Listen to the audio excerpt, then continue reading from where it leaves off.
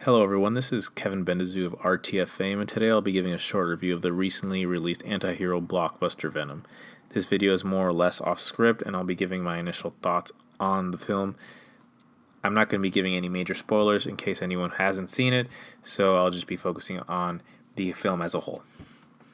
The film is loosely based on the comic book character created by Todd McFarlane and David Michelinie. I'm not sure if I'm pronouncing that right. I've seen a couple different interviews and I think they've said it different ways, but I've heard Michelinie a few times. So again, I'm sorry if that is incorrect. The character of Venom is typically depicted as a villain who is usually at odds with Spider-Man, but in this case he is not connected to Spider-Man anyway, so anyone can come in and just enjoy the film. He's so popular that he's been in several video games, comics, TV shows, and he was in another movie, Spider-Man 3. Again, it's a different Venom. I'd like to get started by talking about what I initially enjoyed about the film and its strong points. I think its CGI is very impressive, and every time I go to the theater, I'm always blown away by what these graphic designers and artists are creating nowadays.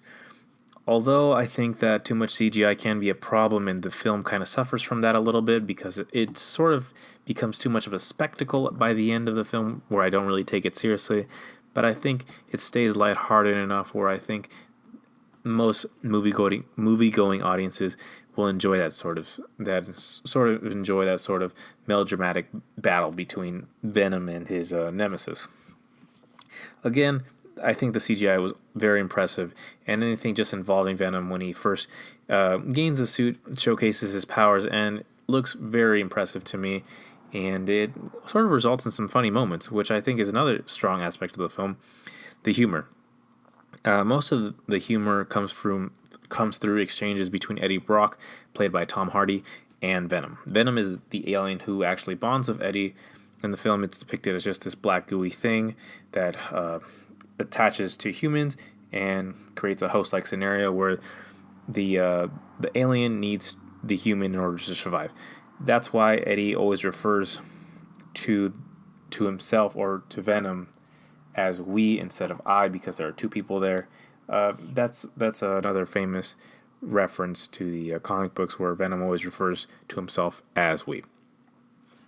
There were moments where I thought the film was quite enjoyable, but I felt like there was nothing too special about the film.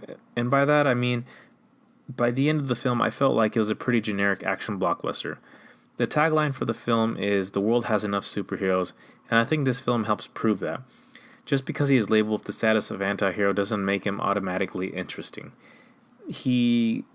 I feel like the film just plays it safe most of the time. Venom is receiving poor reviews, but I don't think it's because it's a bad movie.